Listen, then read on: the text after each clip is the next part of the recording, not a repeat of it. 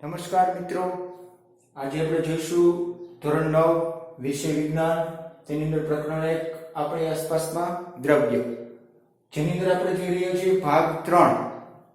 ભાગ 2 પહેલા આપણે જોઈ લીધું. હવે ભાગ 3 ની અંદર આપણે જોવાનું છે કે શું દ્રવ્ય પોતાની અવસ્થા બદલી શકે છે. આપણે દ્રવ્યની 3 અવસ્થાઓ જોઈ: ઘન, પ્રવાહી અને વાયુ. તો એ ત્રણ અવસ્થાઓ છે. એમાંથી ઘનમાંથી પ્રવાહી, પ્રવાહીમાંથી વાયુ, એવી રીતના અવસ્થા બદલી શકાય છે કે નહીં એ આપણે જોવાનું છે. બરાબર. તો શું દ્રવ્ય પોતાની અવસ્થા બદલી શકે છે કે નહીં? અવસ્થા એટલે કે પોતાનું સ્વરૂપ. ઘનમાંથી પ્રવાહી, પ્રવાહીમાંથી વાયુ. બરાબર. તો આપણે પહેલા આપણને ખ્યાલ છે કે બરફ છે, બરફ એ કયા સ્વરૂપે છે? તો આપણને ખબર છે કે ઘન સ્વરૂપે છે. એ જ રીતના પાણી, પાણી તો આપણને ખ્યાલ છે કયા સ્વરૂપે છે?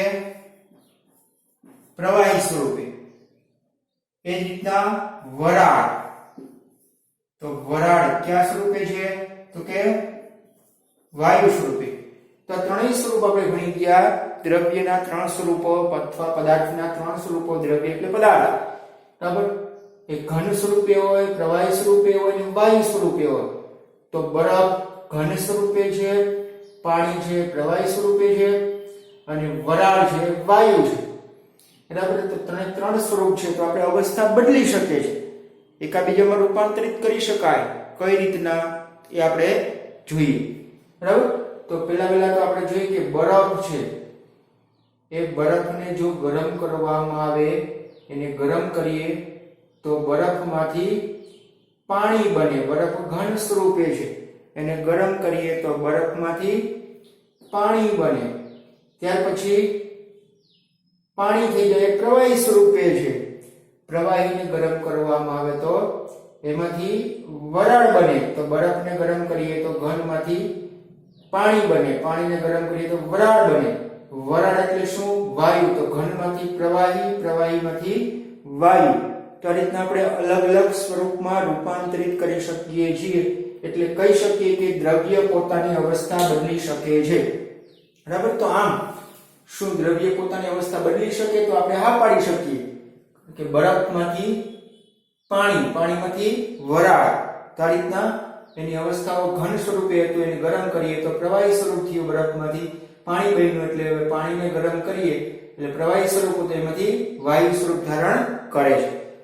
હવે આપણે અહીંયા જોઈએ કે જે ત્રણેય અલગ અલગ સ્વરૂપ છે છતાં પણ એનું રાસાયણિક સૂત્ર સમાન છે. રાસાયણિક સૂત્ર બધાનું સમાન છે. H2O, આને પણ H2O જ કહેવાય, આને પણ H2O જ કહેવાય. તો ત્રણેયનું રાસાયણિક સૂત્ર સમાન છે. H2O, H2O. આગળના ધોરણમાં શીખી ગયા પાણીનું અણુસૂત્ર શું છે? H2O, H2O. તો ત્રણેયનું અણુસૂત્ર સમાન. તો આપણને પ્રશ્ન થાય કે ત્રણેયના અણુસૂત્ર સમાન છે, તો જ્યારે આપણે અણુસૂત્ર લખીએ તો આપણને ખબર કેમ પડે કે આ અણુસૂત્ર છે એ ઘન પદાર્થ બરફનું છે, અણુસૂત્ર પાણીનું છે, અણુસૂત્ર વરાળનું છે. ત્રણેય માટે સમાન છે. આમ આપણે લખી નાખીએ કે ભાઈ H2O. ચાલો, તો કે આ અણુસૂત્ર કેનું સમજવું? વરાળનું સમજવું, પાણીનું સમજવું કે બરફનું સમજવું? કારણ કે ત્રણેયનું સમાન છે. તો એના માટે નક્કી છે, જો ઘન હોય તો ઘનને સોલિડ કહેવાય. તો ઘનને શું કહેવાય? ઘન. ઘનને ઇંગ્લિશમાં સોલિડ કહેવાય. ઘન ઇંગ્લિશમાં સોલિડ, સોલિડ. પછી પ્રવાહીને ઇંગ્લિશમાં લિક્વિડ કહેવાય અને વાયુને ઇંગ્લિશમાં ગેસ કહેવાય. તો જેથી કરીને ઘન માટેનું સૂત્ર હોય ત્યારે નીચે કૌંસમાં s લખવામાં આવે છે. પ્રવાહી માટેનું સૂત્ર હોય ત્યારે કૌંસમાં સ્મોલમાં l લખવામાં આવે છે અને વાયુ માટેનું સૂત્ર હોય ત્યારે કૌંસમાં g લખવામાં આવે, એટલે કે ગેસ અથવા ગેસિયસ પણ કહી શકાય. તો આ રીતના અહીંયા કૌંસમાં લખવામાં આવતું હોય છે. એના પરથી આપણને ખબર પડે કે ભાઈ H2O તો એક ઘન સ્વરૂપે છે. બરફ માટેનું સૂત્ર છે. પ્રવાહી પાણી માટેનું સૂત્ર છે તો કે લિક્વિડ ફોર્મમાં છે. અને ગેસ તો કે પાણી ખરા પણ વરાળ માટેનું સૂત્ર છે. તો આ રીતના એને સમજી શકાય છે. બરાબર. તો આ રીતના આપણે જોયું કે અવસ્થા બદલી શકે છે. બરાબર. આના પરથી સાબિત થયું કે અવસ્થા બદલી શકે છે. બરાબર, તો આવી રીતના એક સ્વરૂપમાંથી બીજા સ્વરૂપમાં રૂપાંતરિત કરી શકાય છે, તો એ આપણે જોયું. ત્યાર પછી આપણે જોવાનું છે કે તાપમાનની અસર. શું તાપમાનની અસર થાય છે પદાર્થ પર, એ આપણે જોવાનું છે. તો કે હા, તાપમાનની અસર થાય. બરાબર, કઈ રીતના થશે આપણે જોઈએ કે પદાર્થને ગરમ કરવામાં આવે છે, બરફ છે એને ગરમ કરવામાં આવે તો ગરમ કરીએ એટલે શું થાય, તો ગરમ થવાથી આપણને ખ્યાલ છે કે પ્રવાહીમાં રૂપાંતરિત થાય. પ્રવાહીને ગરમ કરીએ તો તે વરાળ બને છે. તો આ રીતના એમાં તાપમાનની અસર થાય છે. બરાબર, તો આપણે જોઈએ કે તાપમાનની અસર થવાથી એનું પ્રવાહી અવસ્થામાં રૂપાંતરિત થાય છે. તો જે આ તાપમાનની અસર થાય છે એને ગલન કહેવામાં આવે છે. શું કહેવાય? ગલન. ગલન એટલે પીગળવું. ગલન એટલે શું? પીગળવું. તો તાપમાનની અસર થાય, દાખલા તરીકે ગલન, તાપમાનની અસર શું થાય, તો એના પરથી આપણે ગલનની વ્યાખ્યા આપણે આપી શકીએ. તો ગલન એટલે કે ઘન અવસ્થામાંથી પ્રવાહી અવસ્થામાં રૂપાંતરિત થવાની પ્રક્રિયાને ગલન કહેવાય. કોઈ ઘન પદાર્થ છે એને આપણે ગરમ કરીએ છીએ એટલે એની તાપમાનની અસર થાય. તો શું થયું? એ પ્રવાહી અવસ્થામાંથી રૂપાંતરિત, ઘન અવસ્થામાંથી પ્રવાહી અવસ્થામાં રૂપાંતરિત થાય છે. એ રૂપાંતરિત થવાની પ્રક્રિયાને શું કહેવાય? ગલન કહેવામાં આવે છે. બરાબર, તો આ રીતના જેને કહેવાય ગલન. બરાબર, હવે એના પરથી આપણે આગળ ગલન બિંદુની વ્યાખ્યા આવે. શું આવે? ગલન બિંદુ. તો ગલન બિંદુ એટલે શું? જે તાપમાને દ્રવ્ય ઘન અવસ્થામાંથી પ્રવાહી અવસ્થામાં રૂપાંતરિત થાય તે તાપમાનને ઘન પદાર્થનું ગલન બિંદુ કહેવાય. ગલન બિંદુ ઘન પદાર્થને હોય, એ ખાસ યાદ રાખવાનું. તો ગલન બિંદુ એટલે શું? ગલન એટલે આપણને ખ્યાલ પડી ગયો કે ઘન પદાર્થ પ્રવાહી અવસ્થામાં આવે તો એને શું કહેવાય? એને ગરમ કરીએ તો એને શું કહેવાય? ગલન કહેવાય. ટૂંકમાં ઘન પદાર્થ પીગળી જાય તો એ પ્રક્રિયાને ગલન કહેવાય, સાદી ભાષામાં કહીએ તો. તો ગલન બિંદુ એટલે શું? તો કે જે તાપમાને દ્રવ્ય ઘન અવસ્થામાંથી, દ્રવ્ય એટલે કે જે પદાર્થ છે એ ઘન અવસ્થામાં રહેલો છે, એ અવસ્થામાંથી પ્રવાહી અવસ્થામાં રૂપાંતરિત થાય તો તે તાપમાનને ગલન બિંદુ કહેવામાં આવે છે. તો આ ગલન બિંદુ છે એ આપણે જોઈએ ઉદાહરણ દ્વારા. બરફ છે તો બરફનું ગલન બિંદુ 0 ડિગ્રી સેન્ટીગ્રેડ છે. થર્મોમીટર રાખીને આપણે માપીએ તો થર્મોમીટર નામના સાધન દ્વારા આપણે એનું ગલન બિંદુ માપી શકીએ છીએ. તો બરફ એ ઘન પદાર્થ છે, એનું ગલન બિંદુ એટલે કે કેટલા તાપમાને પીગળે છે, તો 0 ડિગ્રી સેન્ટીગ્રેડ અથવા જેને સેલ્સિયસ કહેવાય. સી એટલે સેન્ટીગ્રેડ, એ તાપમાનનો એકમ છે અથવા સેલ્સિયસ પણ કહેવામાં આવે છે. 0 ડિગ્રી સેન્ટીગ્રેડ. બરાબર, તો આ રીતના બરફનું ગલન બિંદુ 0 ડિગ્રી સેન્ટીગ્રેડ છે. પરંતુ એને કેલ્વિન એકમમાં માપવામાં આવે. કેલ્વિન, તો બીજો એકમ છે કેલ્વિન, જેનો સંકેત છે કે. તો 0 ડિગ્રી સેન્ટીગ્રેડ તાપમાન છે એને કેલ્વિનમાં ફેરવવું હોય તો આપણે 273 ઉમેરવાના હોય. 273.16 છે આમ તો, પણ 16 ને ગણતરીમાં લેવામાં આવતા નથી, બહુ નાનું માપ છે એટલે 273.16 ની જગ્યાએ 273 લેવામાં આવે.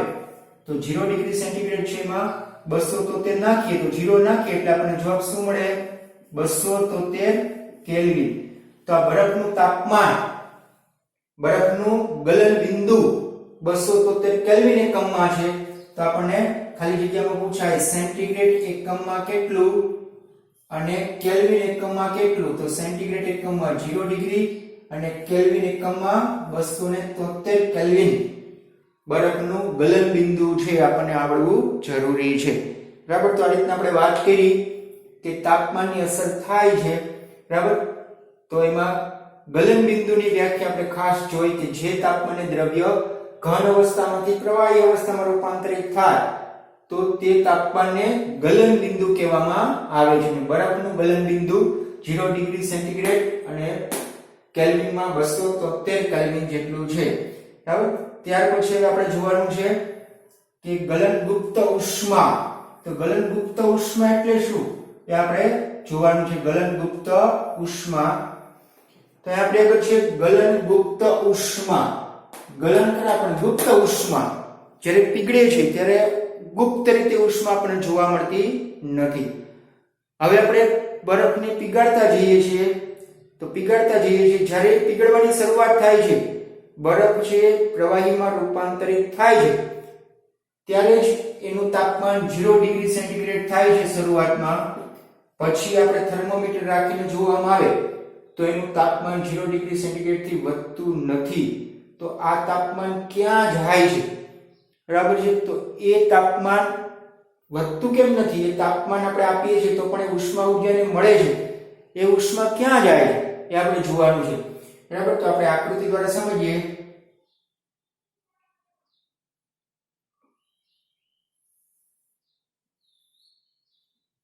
આ એક પાત્ર છે, એની અંદર આપણે બરફ નાખીએ છીએ.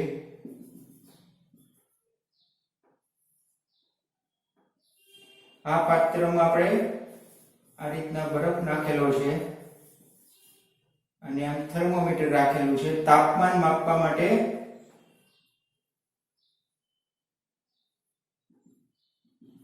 આ રીતના થર્મોમીટર છે તાપમાન માપવા માટે. અને અહીંથી આપણે કોઈ પણ રીતે ગરમ કરવામાં આવે છે, બન્સન બર્નર હોય કે કોઈ પણ રીતે. બરાબર. તો એને આપણે આમ ગરમ કરીએ છીએ. તો આપણે અહીંયા ગરમી આપીએ છીએ. અહીંયા બન્સન બર્નર દ્વારા અથવા તો સ્પિરિટ લેમ્પ દ્વારા એને ગરમ કરીએ અથવા તો મીણબત્તી દ્વારા ગરમ કરીએ, કોઈ પણ રીતે આપણે એને ઉષ્મા ઊર્જા આપવાની છે. તો બરફ ધીમે ધીમે પીગળે છે, એનું ગલન થાય છે, પ્રવાહી સ્વરૂપમાં આવે. પ્રવાહી સ્વરૂપમાં આવે એટલે શરૂઆતમાં જ તાપમાન માનો કે 0 ડિગ્રી સેન્ટીગ્રેડ આપણને જોવા મળી ગયું, 0 ડિગ્રી સેન્ટીગ્રેડ. ત્યાર પછી એટલું ને એટલું જ રહે છે, પરંતુ વધતું નથી. આપણે વધુ ને વધુ એને ગરમ કરીએ છીએ તો પણ થર્મોમીટર એનું તાપમાન વધારે બતાવતું નથી. આવું શા માટે? તો આ તાપમાન ક્યાં જાય છે એ આપણે વિચારવું પડે કે આ જે તાપમાન વધારે આપણે ગરમ કરીએ છીએ, એનું તાપમાન વધારીએ છીએ તો પણ એ ઉષ્મા ઊર્જા એની વધતી નથી, એટલે કે એને ઊર્જા મળતી નથી. તો આ ઊર્જા ક્યાં જાય છે? એટલે કે ગુપ્ત રીતે સમાયેલી છે. બરાબર. ગલનગુપ્ત ઉષ્મા. તો આપણે જોઈએ કે બરફ છે ઘન પદાર્થ છે. ઘન પદાર્થ હોવાથી એના અણુ પરમાણુ એકબીજા વચ્ચે નજીક રહેલા છે. તો આકર્ષણ બળ વધારે રહેલું હોય એટલે કે તેનું આંતર આણ્વીય બળ વધારે હોય. આમ તો એ આંતર આણ્વીય બળ તોડવા માટે બાજુના જે અણુઓ છે એને તોડવા માટે એ ઊર્જા વપરાય છે. ઉષ્મા ઊર્જા એમાં વપરાઈ જાય છે, એટલે તાપમાન વધતું નથી. થર્મોમીટરની અંદર આપણને તાપમાન જોવા મળતું નથી. તો એ છુપાયેલી ઉષ્મા ઊર્જા અથવા ગલનગુપ્ત ઉષ્મા જેને કહેવામાં આવે છે. જ્યારે ઘન પદાર્થનું પ્રવાહી સ્વરૂપમાં રૂપાંતરણ થાય છતાં પણ એમાં તાપમાન વધતું જોવા મળતું નથી આપણને, એટલે કે એની ઉષ્મા ઊર્જા ક્યાં જાય? ત્યાર પછી સંઘટકો, જે પાત્ર છે એના સંઘટકો રહેલા હોય, જેને સંઘટકો કહેવાય. એ પાત્રના સંઘટકોમાં છુપાયેલી હોય છે. બરાબર. એની અંદર છુપાયેલી હોય છે. શું કામ? કારણ કે બરફના કણો છે એને તોડવા માટે જરૂરી છે, એટલે ઉષ્મા ઊર્જા ત્યાં છુપાયેલી હોય છે. તો આપણે ગલનગુપ્ત ઉષ્મા એની વ્યાખ્યા આપી હોય તો આપણે જોઈએ અહીંયા ગલનગુપ્ત ઉષ્માની વ્યાખ્યા. ગલનગુપ્ત ઉષ્મા તો પદાર્થના ગલન બિંદુએ, એટલે કે પદાર્થનું જે કઈ ગલન બિંદુ હોય, દાખલા તરીકે બરફ છે એનું ગલન બિંદુ 0 ડિગ્રી સેન્ટીગ્રેડ છે. પદાર્થના ગલન બિંદુએ એક વાતાવરણના દબાણે એટલે કે હું અત્યારે ઊભો છું તો એ સામાન્ય રીતે નોર્મલી એક વાતાવરણનું દબાણ હોય, કોઈ વધારે બહારથી વધારાનું કોઈ દબાણ આપવામાં આવતું નથી, તેને એક વાતાવરણનું દબાણ કહેવાય. બરાબર. 1 કિલોગ્રામ બરફને ઓગાળવા માટે જરૂરી ઉષ્મા ઊર્જાને ગલનગુપ્ત ઉષ્મા કહેવામાં આવે છે. શું કીધું આપણે? પદાર્થના ગલન બિંદુએ, એટલે કે ગલન બિંદુએ 0 ડિગ્રી સેન્ટીગ્રેડ જેટલું તાપમાન, અલગ અલગ પદાર્થનું અલગ અલગ ગલન બિંદુ હોય. બરફનું 0 ડિગ્રી સેન્ટીગ્રેડ છે, એમ બીજા ઘન પદાર્થનું અલગ અલગ હોય છે. તો પદાર્થના ગલન બિંદુએ એક વાતાવરણના દબાણે 1 કિલોગ્રામ બરફને ઓગાળવા માટે જરૂરી ઉષ્મા ઊર્જાને ગલનગુપ્ત ઉષ્મા કહેવામાં આવે છે. બરાબર છે. તો આ રીતના આપણે જોયું કે ગલનબિંદુ ઉપરાંત ગલનગુપ્ત ઉષ્મા પણ રહેલી છે. તો આ ગુપ્ત રીતે છુપાયેલી ઉષ્મા ઊર્જા ક્યાં જાય? બરાબર છે.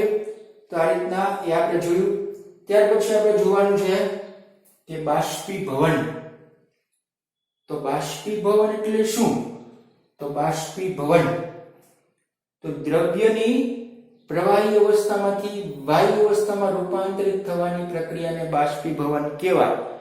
બરાબર, જે કંઈ પ્રવાહી છે, ઘનમાંથી પ્રવાહી થાય, હવે પ્રવાહીમાંથી એનું વાયુ અવસ્થામાં રૂપાંતરણ થાય અથવા વરાળ બને, તો આ પ્રક્રિયાને બાષ્પીભવન કહેવાય. ક્લાસમાં તમે સાંભળેલું હશે કે આપણા સર કહેતા હોય આપણને કે તમને મેં કાલે ભણાવેલું, બીજા દિવસે બાષ્પીભવન થઈ જાય છે. તો એનો મતલબ શું કે એ ઉડી જાય, એટલે કે દ્રવ્યની પ્રવાહી અવસ્થામાંથી વાયુ અવસ્થામાં રૂપાંતરિત થવાની પ્રક્રિયાને બાષ્પીભવન કહેવાય. બરાબર, તો ફરી એક વખત પાછું જોઈ લઈએ આપણે ગલનગુપ્ત ઉષ્મા. એની અંદર જે કાંઈ બરફના ટુકડાઓ છે એના કરતા પાણી, તો પાણીનું તાપમાન વધારે હોય છે. શા માટે? કારણ કે બરફ જ જે કાંઈ ઉર્જા આપીએ છીએ, બરફના ટુકડાઓ ઉર્જા મેળવે છે અને એમાંથી પ્રવાહી બને છે. એટલે પ્રવાહીનું તાપમાન વધારે હોય, એટલે કે પ્રવાહીની ઉષ્મા ઉર્જા વધારે હોય. બરફના ટુકડા કરતા પ્રવાહીની ઉષ્મા ઉર્જા વધારે હોય છે. બરાબર, તો આમ આની અંદર આપણને ખ્યાલ છે કે આપણે જે કઈ ઉર્જા આપીએ એ બરફ લેતું જાય, પણ બરફમાંથી પ્રવાહી બને, પાણી બનતું જાય. તો આમ સ્વાભાવિક આપણે વિચારી શકીએ કે બરફ કરતા આપણે જો તાપમાન કે ઉષ્મા ઉર્જા માપવામાં આવે તો પાણીની ઉષ્મા ઉર્જા વધારે રહેલી છે બરફ કરતા, પણ આખા પાત્રનું તાપમાન ઊંચું જતું નથી. 0 ડિગ્રી સેન્ટીગ્રેડ જેટલું જ રહે છે. બરાબર છે, તાપમાન વધતું નથી. એક વખત પ્રવાહી થઈ જાય પછી આખો બરફ પીગળી ન જાય ત્યાં સુધી તાપમાન વધતું નથી. પૂરેપૂરો બરફ પીગળી જશે પછી તાપમાન વધેલું થર્મોમીટરમાં બતાવે છે. બરાબર, તો આમ આપણે ફરી એક વખત જોઈ લઈએ. આપણે જોયું કે શું દ્રવ્ય પોતાની અવસ્થા બદલી શકે છે? તો કે હા, આપણે જોયું ઘન માંથી પ્રવાહીમાં રૂપાંતરિત કરી શકાય, પ્રવાહીમાંથી વાયુમાં રૂપાંતરિત કરી શકાય. ઉદાહરણ તરીકે આપણે બરફ છે એને ગરમ કરીએ, ઉષ્મા ઉર્જા આપીએ તો એનું પ્રવાહી બને છે. પ્રવાહીને ઉષ્મા ઉર્જા આપીએ તો એનું વરાળ બને છે, એટલે કે વાયુમાં રૂપાંતરિત થાય છે. તો આમ તાપમાનની અસર થાય દ્રવ્ય ઉપર. દ્રવ્યના 3 સ્વરૂપો છે આપણે જોઈ ગયા, ઘન, પ્રવાહી અને વાયુ. તો આપણે જોઈએ ગલન, તાપમાનની અસર આપણે જોઈ રહ્યા છીએ. એમાં જોઈએ ગલન. તો પદાર્થ છે ઘન અવસ્થામાંથી પ્રવાહી અવસ્થામાં રૂપાંતરિત થવાની પ્રક્રિયાને શું કહેવાય? ગલન કહેવાય. ગલન એટલે પીગળવું. ઘન પદાર્થ માટે જ આ શબ્દ લાગુ પડે, કારણ કે ઘન પદાર્થ જ પીગળે, પ્રવાહી પદાર્થ પીગળે નહીં. પ્રવાહી પદાર્થને પીગળવું એને કાંઈ લાગુ પડે નહીં. ઘનમાંથી પ્રવાહી થાય તો ઘન અવસ્થામાંથી પ્રવાહી અવસ્થામાં રૂપાંતરિત થવાની પ્રક્રિયાને ગલન કહેવાય. બરાબર, આ ગલન ઉપરથી હવે આપણે જોવું, આપણને આવડે ગલન બિંદુ. તો ગલન બિંદુ એટલે શું? તો ગલન બિંદુ એટલે જે તાપમાને દ્રવ્ય ઘન અવસ્થામાંથી પ્રવાહી અવસ્થામાં રૂપાંતરિત થાય, કે જે તાપમાને દ્રવ્ય ઘન અવસ્થામાંથી પ્રવાહી અવસ્થામાં રૂપાંતરિત થાય તો તે તાપમાનને ગલન બિંદુ કહેવામાં આવે છે. એટલે કે ઘન પદાર્થ હોય એને આપણે પીગાડીએ, થર્મોમીટર રાખી દઈએ આ રીતના પાત્રમાં. આ ઘન પદાર્થ છે, શરૂઆતમાં બરફ જ છે, એથી આપણે એને તાપમાન આપીએ, ગરમ કરીએ, એટલે આપણે થર્મોમીટર રાખી દઈએ, જોતા જઈએ. જેવી શરૂઆત થાય બરફ પીગળવાની એટલે એનું આપણને થર્મોમીટરમાં એક તાપમાન જોવા મળશે. તો એ જે તાપમાન જોવા મળે એ તાપમાન પછી વધશે નહીં. જ્યાં સુધી બરફ પૂરેપૂરો નહીં પીગળી જાય ત્યાં સુધી તાપમાન વધતું નથી. તો એ જે તાપમાન છે, બરાબર, એને એનું ગલન બિંદુ કહેવાય. ટૂંકમાં ઘન પદાર્થ જે તાપમાને પીગળી જાય છે તો તે તાપમાનને તે ઘન પદાર્થનું ગલન બિંદુ કહેવાય. દરેક ઘન પદાર્થનું ગલન બિંદુ અલગ અલગ હોય છે. બરાબર, ત્યાર પછી ગલનગુપ્ત ઉષ્મા. ગલનગુપ્ત ઉષ્મા આપણે ઉદાહરણ સ્વરૂપે જોઈ ગયા. સોરી, બરફ માટે 0 ડિગ્રી સેન્ટીગ્રેડ એકમમાં તાપમાન છે. કેલ્વિન એકમમાં આપણે ખ્યાલ છે કે સેન્ટીગ્રેડ છે એમાં 273 ઉમેરી દઈએ એટલે કેલ્વિન એકમમાં મળી જાય. તો 273 કેલ્વિન એ બરફનું ગલન બિંદુ છે અને 0 ડિગ્રી સેન્ટીગ્રેડ અથવા સેલ્સિયસ એકમમાં એનું ગલન બિંદુ છે. બંને અલગ અલગ એકમમાં છે. ત્યાર પછી જોઈએ ગલનગુપ્ત ઉષ્મા. હવે એના માટે આપણે પ્રયોગ, પહેલા આપણે વ્યાખ્યા સમજી લઈએ, પછી આપણે પ્રયોગ દ્વારા ફરી પાછું સમજી લઈએ. ગલનગુપ્ત ઉષ્મા એટલે શું? તો કે પદાર્થના ગલન બિંદુએ, એટલે કે પદાર્થનું જે કંઈ ગલન બિંદુ છે, માનો કે 0 ડિગ્રી સેન્ટીગ્રેડ, એ બિંદુએ એક વાતાવરણના દબાણે એટલે કે વાતાવરણનું દબાણ કેટલું હોય 1.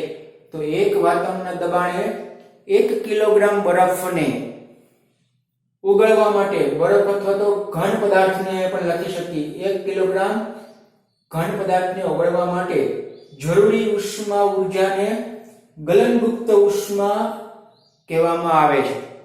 બરાબર? એટલે કે પદાર્થના ગલન બિંદુએ 1 વાતાવરણનું દબાણ એટલે કે સામાન્ય અત્યારે આપણે ઓરડામાં પ્રયોગ કરીએ તો 1 વાતાવરણનું દબાણ કહેવાય, કોઈ વધારાનું દબાણ આપવામાં આવતું નથી. ત્યારે 1 કિલોગ્રામ બરફને ઓગળવા માટે જે કઈ ઉષ્મા ઊર્જા આપવામાં આવે છે તેને ગલનગુપ્ત ઉષ્મા કહેવાય. ત્યારે આપણે પ્રયોગ દ્વારા જોયું કે ગલનગુપ્ત ઉષ્મા છે એ પાત્રની અંદર આપણે બરફના ટુકડા રાખેલા છે અને ગરમ કરીએ છીએ, થર્મોમીટર રાખેલું છે. હવે થર્મોમીટર છે હવે ગરમ કરીએ તો થર્મોમીટર જેવો બરફ ઓગળવાની શરૂઆત થાય એટલે આપણને 0 ડિગ્રી સેન્ટીગ્રેડ જેટલું તાપમાન આપણને જોવા મળશે, અવલોકન જોવા મળશે થર્મોમીટરની અંદર. બરાબર? તો આ 0 ડિગ્રી સેન્ટીગ્રેડ જેટલું તાપમાન પછી આપણે ગરમ કરતા જઈએ છતાં પણ 0 ડિગ્રી સેન્ટીગ્રેડ થી તાપમાન થર્મોમીટરમાં વધેલું જોવા મળતું નથી. આપણે ગરમ કરીએ છીએ છતાં પણ જોવા નથી મળતું. તો આ વધારાનું તાપમાન જાય છે ક્યાં? વધારાની ઉષ્મા ઊર્જા ક્યાં જાય છે? બરાબર છે? તો એ ક્યાં જાય? તો કે બરફ ઘન પદાર્થ છે, નજીક અણુ પરમાણુ રહેલા છે ના કણો, એની વચ્ચે આકર્ષણ બળ વધારે હોય. આ આકર્ષણ બળને તોડવા માટે આ ઉષ્મા ઊર્જા વપરાય છે, એટલે કે આંતરાણવીય બળ વધારે હોય છે એ ઉષ્મા ઊર્જા એમાં વપરાઈ જાય છે. બરાબર છે? એટલે તાપમાન વધતું નથી, પૂરેપૂરો બરફ પીગળી જાય છે ત્યાર પછી તાપમાન વધેલું જોવા મળે છે. ત્યાર પછી બીજામાં પણ ગુપ્ત રીતે છુપાયેલી હોય છે, તો કે પાત્રના જે સંઘટકો છે અણુ પરમાણુઓ એમાં પણ આ ઉષ્મા ઊર્જા વધારાની છુપાયેલી જોવા મળે છે. તો આ જે કે ઉષ્મા ઊર્જા છે એને ગલનગુપ્ત ઉષ્મા કહેવામાં આવે છે. બરાબર? ત્યાર પછી બાષ્પીભવન. તો બાષ્પીભવન એટલે શું? દ્રવ્યની પ્રવાહી અવસ્થામાંથી વાયુ અવસ્થામાં રૂપાંતરિત થવાની પ્રક્રિયાને બાષ્પીભવન કહેવાય.